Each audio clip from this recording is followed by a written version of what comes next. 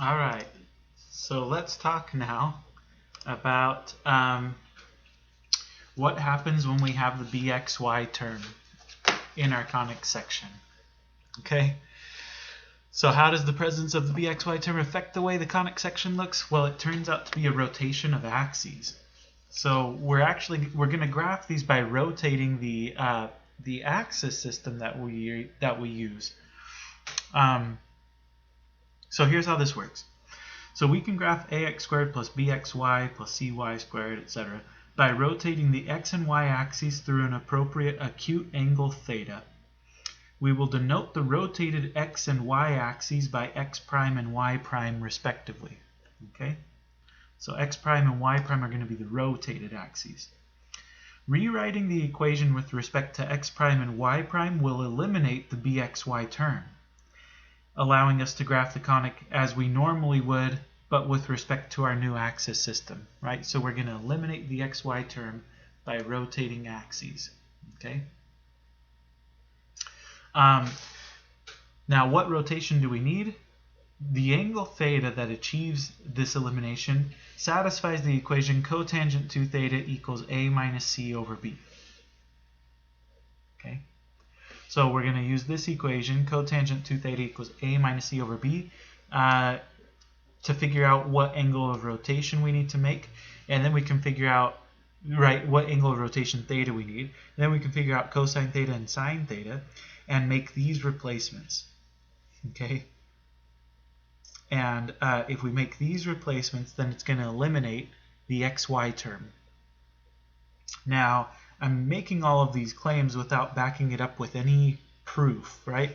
So if you're interested, here's a link to a proof of this fact, which you're welcome to follow along to convince yourself that this is true. I'm not going to get into it. It's kind of a long story.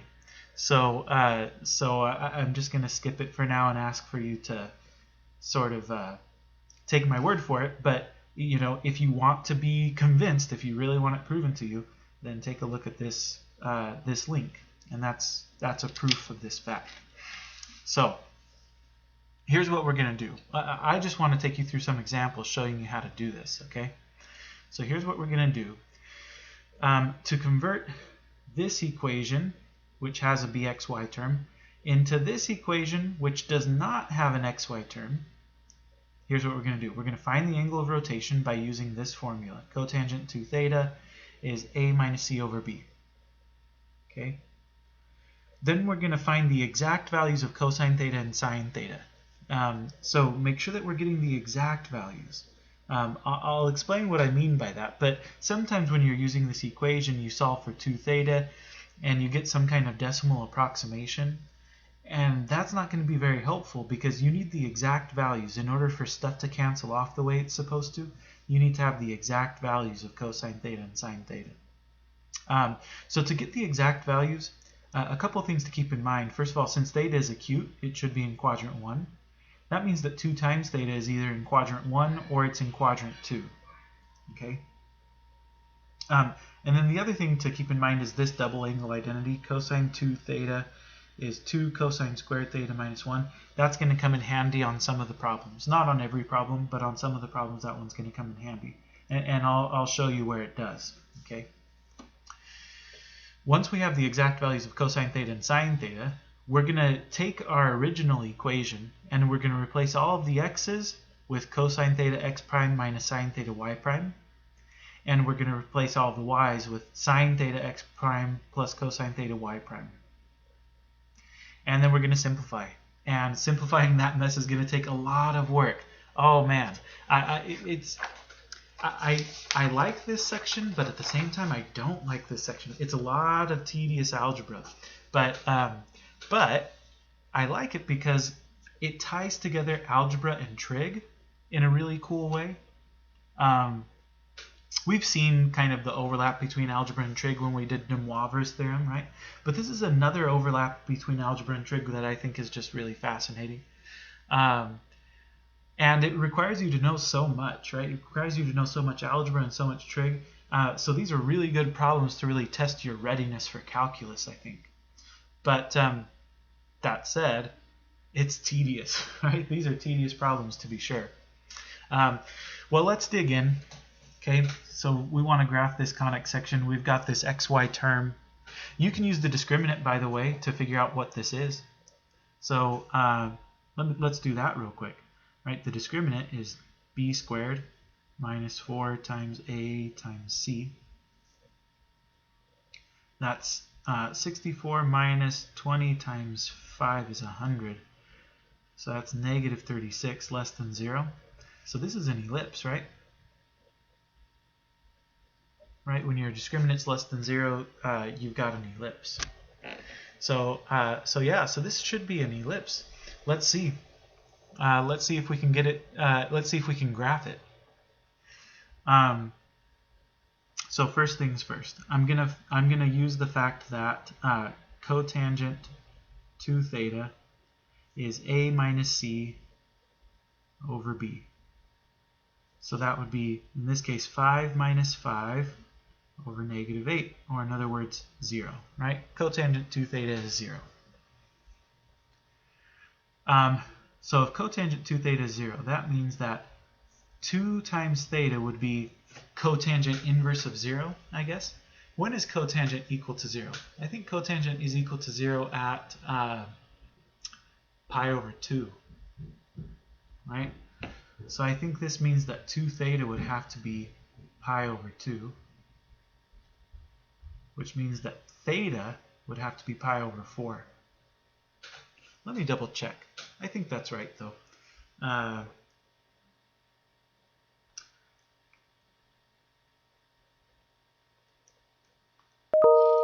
Yeah, pi over 2. All right, so theta is pi over 4. Very good. So that's step 1 in the process. Now step 2 in the process is to find the exact values of sine and cosine. Sine theta and cosine theta, right? So sine theta. Well, that's sine of pi over 4, of course. Sine of pi over 4 is root 2 over 2. And cosine of theta, right? In other words, cosine of pi over 4 is also root 2 over 2. Okay, so we have the exact values of sine and cosine.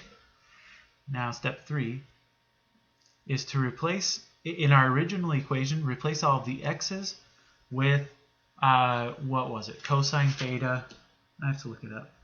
It's cosine theta x prime minus sine theta y prime. So we're going to have 5 times x, which is really cosine theta x prime minus sine theta, which is root 2 over 2, times y prime. So it's 5x squared minus 8 times x, root 2 over 2, x prime minus root 2 over 2, y prime. There's x. Y is sine theta x prime plus cosine theta y prime. So it's going to be root 2 over 2 x prime plus root 2 over 2 y prime. So there's minus 8xy.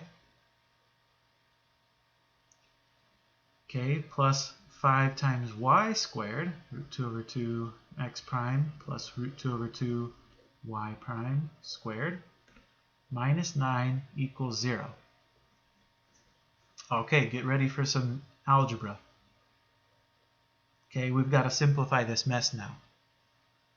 So this is going to be 5 times. Let's see if I can square this. So root 2 over 2 x prime times root 2 over 2 x prime would be 2 over 4 x prime squared. 2 over 4 is the same as 1/2. So this is 1/2 x prime squared. Root 2 over 2 x prime times root 2 over 2 times negative root 2 over 2 y prime would be 1/2 x prime y prime. But I'm going to have that twice, right? So I'm going to have it when I multiply the outsides, and I'm going to have it again when I multiply the insides. So 2 times 1/2 is 1. So I'm going to have minus x prime y prime. And then root 2 over 2 y prime times root 2 over 2 y prime is going to be plus 1/2 y prime squared. So there's that first group. The second group is going to be 8 times this thing. Now the good news is that they're conjugates, right? So we know the the outside and inside terms are just going to cancel each other. So I don't even need to worry about those. I'm going to get 1/2 x prime squared minus 1/2 y prime squared.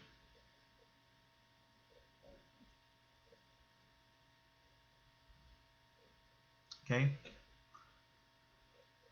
Third group, I'm going to square this thing. I'm going to get 1/2 x prime squared plus x prime y prime plus 1/2 y prime squared minus 9 equals 0. Now, if you need to pause the video and do some scratch work to figure out how I'm getting from here to here, then do it. Okay? But if I try to show every detail of every step, I'm going to run out of room. So I just can't do that. Okay? But here's what I'm going to do next now. I'm hoping that my xy term cancels. That's the whole point of doing this rotation of axes, is to cancel the xy term. And I think it does, right? If I distribute the 5 here, I get a negative 5 x prime y prime. And here I have a positive 5 x prime y prime. So the x prime y primes are gone. Thank goodness. Let's combine our x prime squareds now. So I've got a 5/2 x prime squared here, a negative 8/2 x prime squared there. So 5/2 minus 8/2 is negative 3/2. Oh, but here I've got another 5/2 x prime squared. So that would be, oh, maybe I could say this. 5/2 plus 5/2 is just 5. And then 5 minus 8/2 is just 5 minus 4, so that's 1. Oh, so this is just x prime squared. That gets rid of those terms. And that term. Then I've got 5/2 y prime squared, another 5/2 y prime squared. That makes 5y prime squared. Then here I have a plus 4y prime squared. So 5 plus 4 is 9, right? So I get plus 9y prime squared. That takes care of all my y prime squareds. Then I have a minus 9 equals 0. Okay, so I'm doing a little bit of mental math here. But you should be more or less comfortable with that. Again, if you need to pause the video to work out all the details of how I'm getting from here to here, then do so. But you should be able to land here. At this point, I can tell what I have, right? This is an ellipse, right? So this is x prime squared plus 9y prime squared equals 9. And then if I divide through by 9, I get x prime squared over 9 plus y prime squared over 1 equals 1. So it's an ellipse. This is an ellipse with center 0, 0. M is 3, N is 1. Okay, but it's not an ellipse with respect to the normal xy axis, right? It's an ellipse with respect to the new x prime y prime axis system. And so maybe I'll draw that in red, right? So we know that we have to rotate our axis system by pi over 4 radians, okay? So our new x-axis, right? This is our x-axis, this is our y-axis, but our rotated axis, there's x prime, right? This is x prime, and I guess it extends in this direction as well. But this is our x prime axis, and then our y prime axis is going to go this way.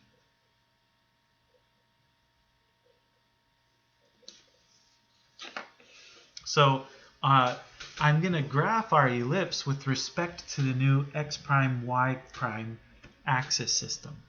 Okay? So graphing this with respect to the new x prime y prime axis system. The center of the ellipse is 0, 0. Then I'm going to go right 3, right and left 3. 1, 2, 3. 1, 2, 3. And then up and down 1. 1, and 1. I connect the dots with an ellipse, and there you go. That's what that conic section looks like. So if you tip this back over and you think about what this graph looks like with respect to our original xy coordinate system, right? It's an ellipse that's been sort of rotated 45 degrees. And I want to look at this in Desmos.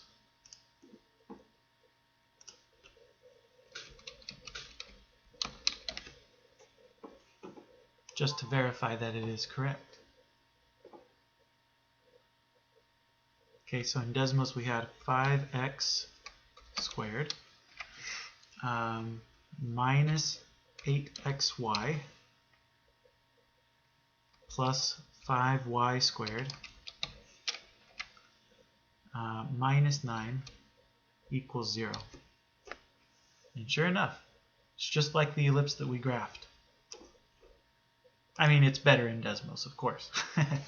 Ours looks like a little 3-year-old drew it. Or maybe I shouldn't say ours, I should say mine. Mine looks like a 3-year-old drew it. But there you go, right? It's an ellipse that's been tilted. So that's kind of cool. That was a relatively easy one.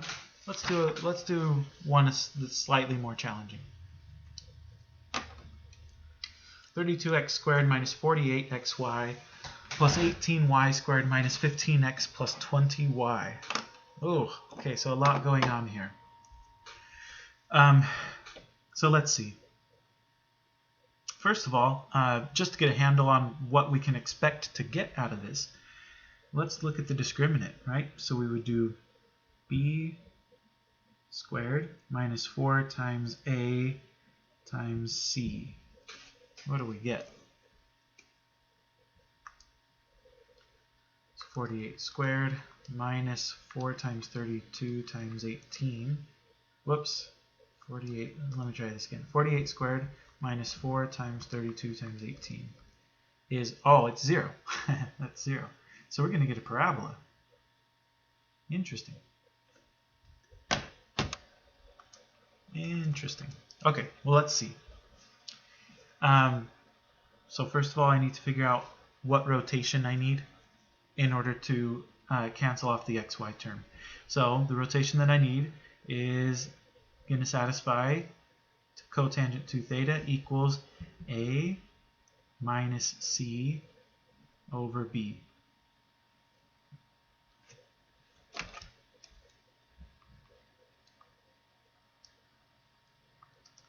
So that's negative 7/24. Okay. Now, if you're thinking, okay, well, just go ahead and take cotangent inverse of both sides. The problem is, this is not, you're not going to get an exact value for the angle theta if you do that. And we need exact values in order to get stuff to cancel off. So really what we need are, we need exact values for sine and cosine, for sine theta and cosine theta. Okay. So here's what I'm going to do. First of all, I know that cotangent 2 theta is negative 7/24. That means 2 theta must be here in quadrant 2. Because remember, theta is acute. So 2 theta has to be either in quadrant 1 or quadrant 2. If 2 theta were in quadrant 1, then we would be getting a positive value here. But we're getting a negative value, so that means 2 theta must be here in quadrant 2.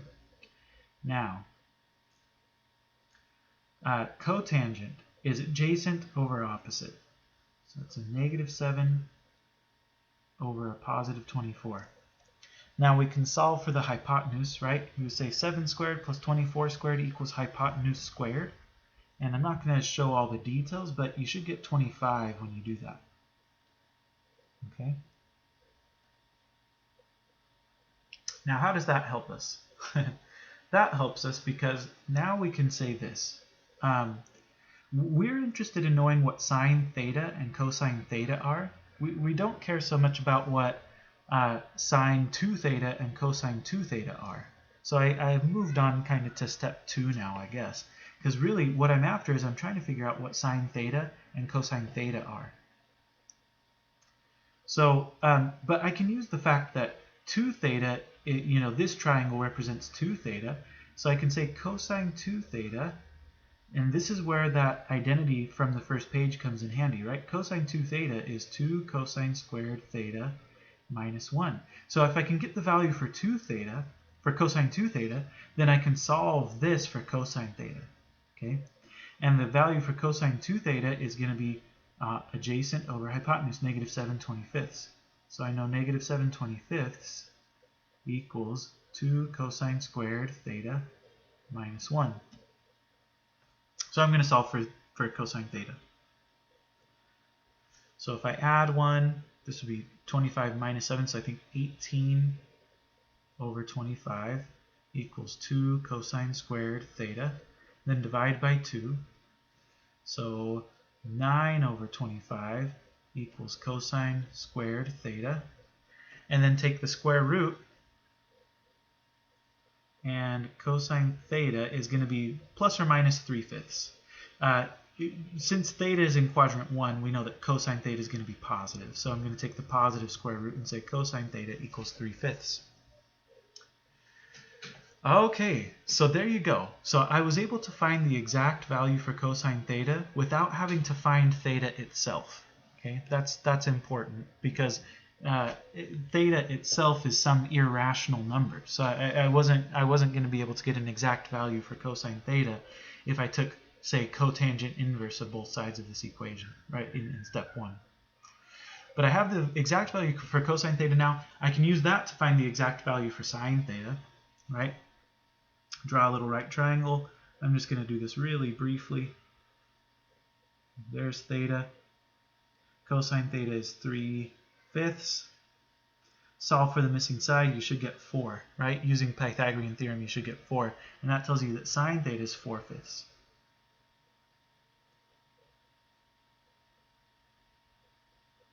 Okay, so I have the exact values for sine theta and cosine theta. Now I'm ready to make my replacements. Oh, and I better give myself all the room I've got available to me. Okay, so step 3.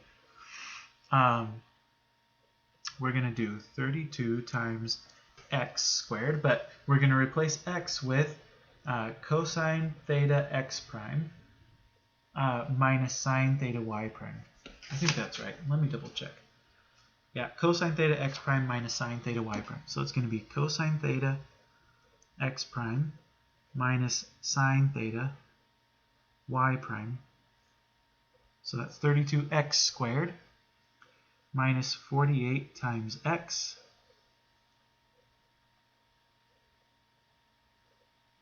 times y. Y is sine theta x prime plus cosine theta y prime. So sine theta x prime plus cosine theta y prime. So there's 48xy plus 18 times y squared. So that's 4/5 x prime plus 3/5 y prime squared minus 15 times x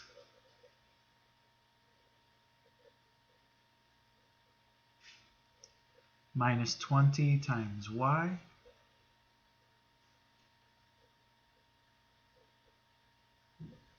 equals 0. There it is. So we managed to fit it all on one line. I wonder if I can get the next step all on one line. Probably not, because I'm going to be doing some expanding.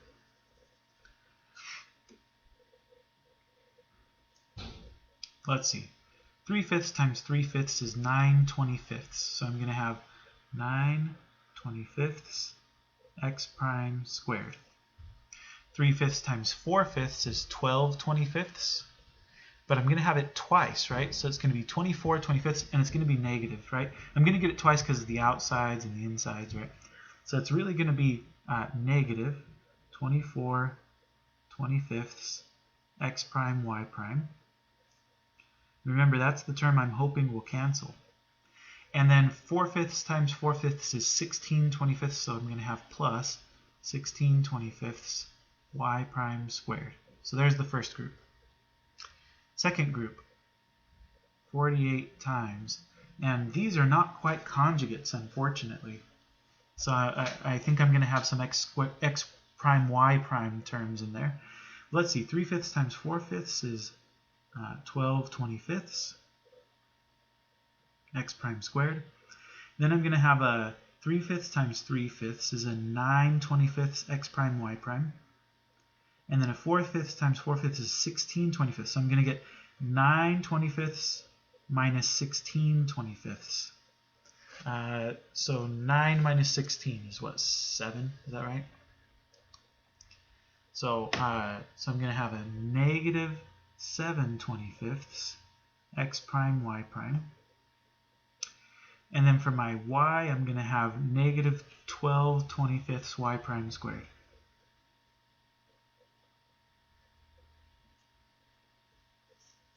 Okay, so there's the middle. Now I'm going to have 18 times 16 25ths x prime squared. I'm going to get 12 25ths x prime y prime, but it's going to happen twice, so that's really going to be plus 24 25ths x prime y prime. And then I'm going to have 3/5 times 3/5 is 9 25ths y prime squared. So there's that third group. The rest of it I'm going to have to put on the next line, I guess. Not that there's a lot left over. Let's see. I'm going to have, I can go ahead and distribute the 15, I suppose. 5 will cancel 5 and leave a 3. 3 times 3 is 9. So I'm going to have minus 9x prime. Here the 5 will cancel 5 and leave a 3. 3 times 4 is 12. So I'm going to have a plus 12y prime. 5 will cancel 5 and leave a 4. 4 times 4 is 16. So minus 16x prime. And 5 will cancel 5 and leave a 4. 4 times 3 is 12. So negative 12y prime equals 0. Okay. Let's see if we can do some cancellations. Actually, I think I might go ahead and distribute these. Otherwise, I have a feeling I'm going to confuse myself. So let me do one more step. So I'm going to have 288 over 25 x prime squared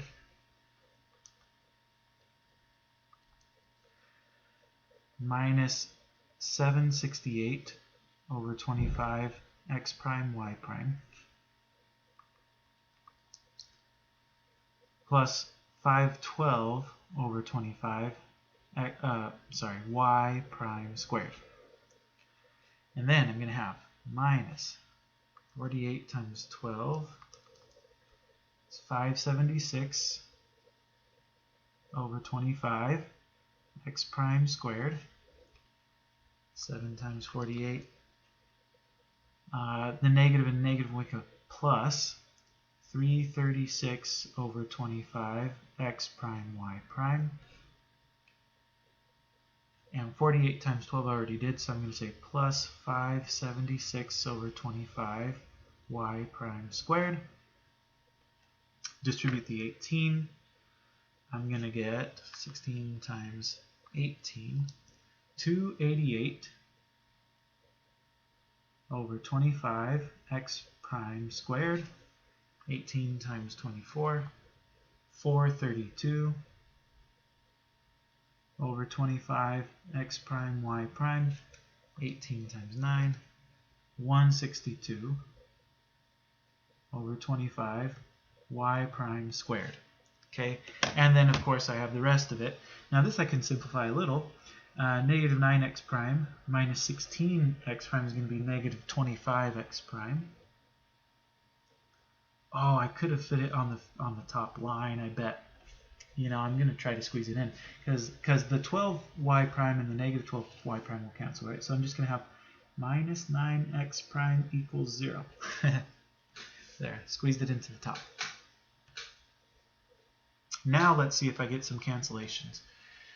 First of all, I'm really concerned about the x prime y primes. I need those to cancel off. So I've got x prime y prime here, here, and here. Let me see. Negative 768 plus 336 plus 432 is 0. Whew. Thank goodness. Those are gone. Now let's collect our other terms. So I've got an x prime squared there, there, and there. 288 minus 576 plus 288 is also 0. Wow. Okay, so my x prime squareds are gone. And then I've got y prime squareds everywhere else, right? Here, here, here. These ones definitely are not going to cancel because they're all positive. 512 plus 576 plus 162 is 1250. 1250 divided by 25 is 50. Okay, so I have 50 y prime squared. That's gone, that's gone, that's gone. So I have 50 y prime squared minus 9x prime equals 0. Can you believe that all that mess simplified to just that? It's really kind of crazy, but nice. Okay, so 50y prime squared minus 9x prime. This is a parabola, right? We usually write it like this.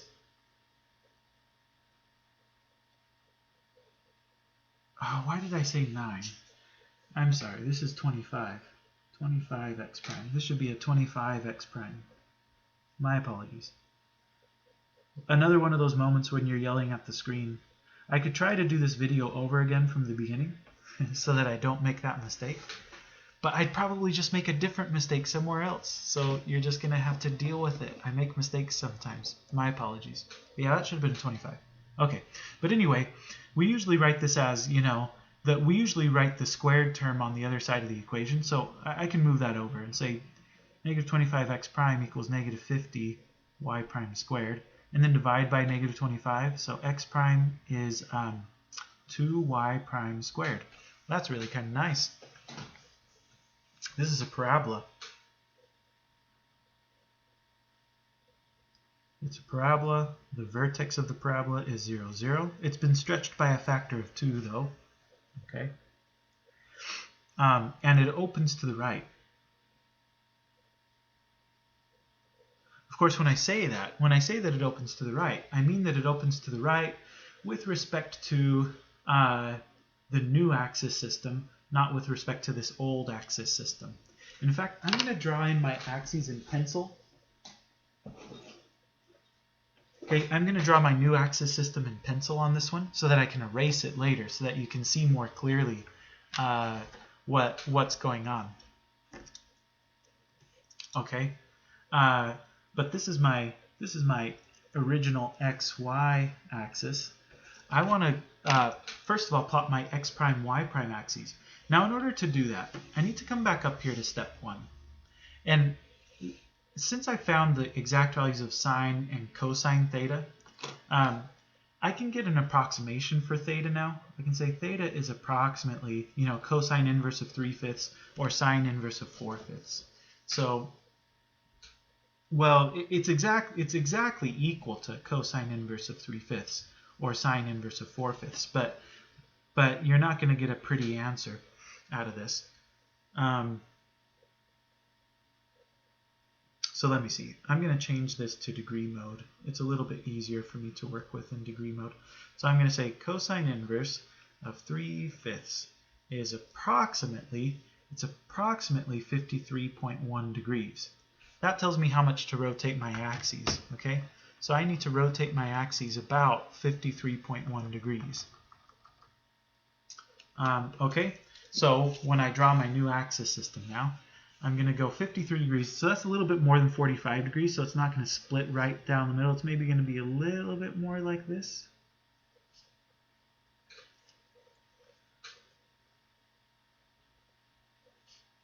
Right, so there's my x prime axis. And then my y prime axis needs to be perpendicular to it, so something like that. There's my y prime axis. So, what I'm going to do now is graph this parabola x equals 2y prime, so x equals 2y squared, but with respect to this new axis system, right? So I know that it's got center 0, 0, or vertex 0, 0. And it's a parabola that opens to the right, but it's been stretched by a factor of 2. So usually I would go, you know,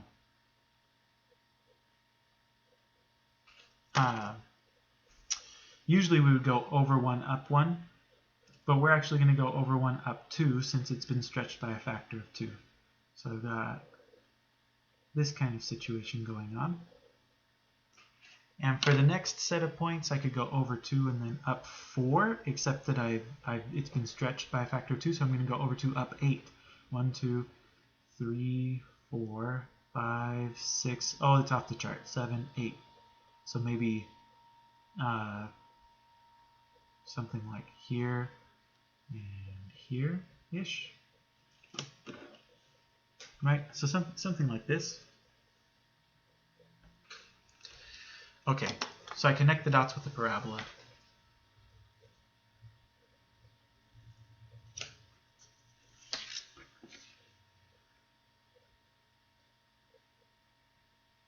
Missed.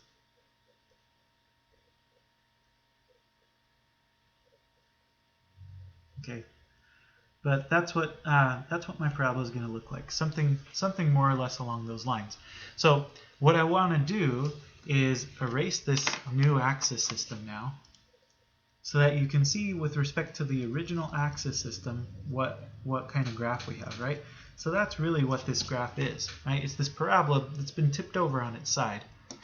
I do have some question as to whether this thing completely goes around the y-axis like that and hits it again, or if it stays on this side.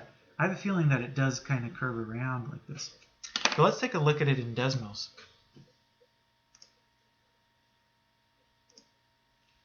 So this one was 32x squared minus 48xy plus 18y squared minus 15x minus 20y equals 0. Yeah, so it does curve around the y-axis and then comes back. But anyway, that's the picture you get, just like what we drew.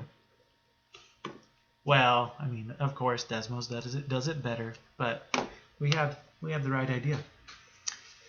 So there you go. Let me give you one more example. This example is really kind of fun, I think, because we know what this thing is. We know what this thing looks like already. So let me show you, right? If we solve this thing for y, then we get y equals 1 over x, right? We would add 1 and then divide by x, so we get y equals 1 over x. So we know what this looks like, right? This is just, oh, sorry, I'm leading you astray. It looks like this, right? It looks like this. That's what 1 over x looks like, okay? It looks like that thing.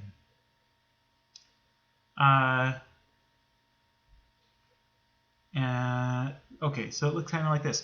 Well, but we're gonna look at this from a slightly different angle. By the way, this is a hyperbola. You could use the discriminant to see that, right? So the discriminant, we would do b squared minus 4 times a times c. So that's just 1, which is greater than 0. So you know that you've got a hyperbola. So we know it's a hyperbola. We know that the hyperbola looks like this, right? But let's just go through the motions of eliminating the xy term to see how we can get this thing to actually look like a hyperbola. Okay. So first of all, cotangent to theta is a minus c over b. In other words, it's 0. Oh, we've already seen one kind of like this, right? So this implies that 2 theta is pi over 2, or 90 degrees if you prefer, which implies that theta itself is 45 degrees. This implies that cosine of theta is root 2 over 2. And sine of theta is root 2 over 2. And now we can make the replacements, right? We can say, well, instead of x, I'm going to use cosine theta x prime minus sine theta y prime. I always have to double check. Yeah, cosine x prime minus sine theta y prime. So there's x. Y is going to be sine theta x prime plus cosine theta y prime. We have x times y minus 1 equals 0. Okay, now let's FOIL this out. Root 2 over 2 times root 2 over 2 is 2 over 4, or in other words, 1/2. So it's 1/2 x prime squared. These are conjugates, so the middle terms are going to cancel. And then we're going to get minus 1/2 y prime squared. Minus 1 equals 0. Well, what do you know, right? This is x prime squared over 2 minus y prime squared over 2 equals 1. Sure enough, it's a hyperbola.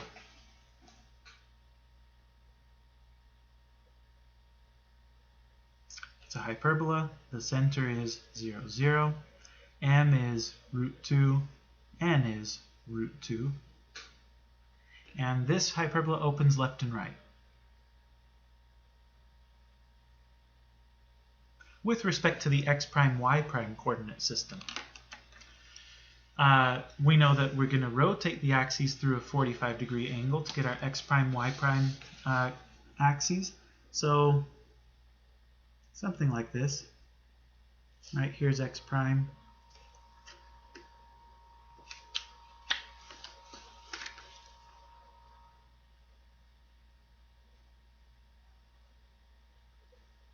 There's y prime. Now let's graph this hyperbola, right? Centered at 0, 0. Let me do all of this actually with pencil as well. So it's centered at 0, 0. M is root 2. Root 2 is like 1.4-ish. So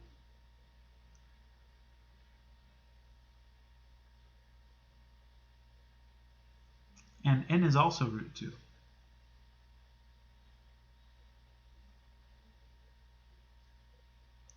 Now we draw a box.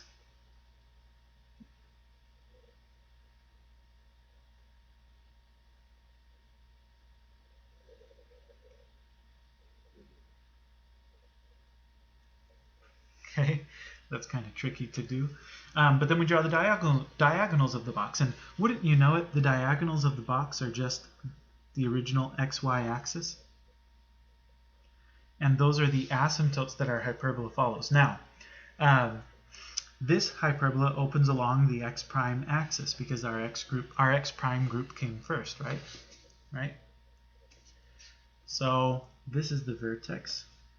It's going to look something like that, and that, right? Opens left and right with respect to the new axis system.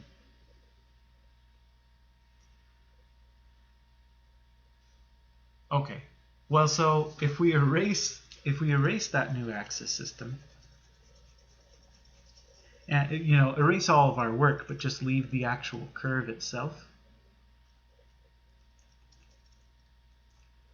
then you see that sure enough, we get y equals 1 over x, right? Just like we expected. So this is definitely a roundabout way to go about graphing this relation. I would definitely, if I were graphing this and I were given, like, if I were told just graph this however you want, I would definitely go this route because I would be done, right? But it's nice to know. It's interesting to note that you can still get there if you treat it like a conic section and eliminate the xy term. So there you go. That's all I have to say about rotation of axes. I think I've said plenty. So I'll see you in the next section.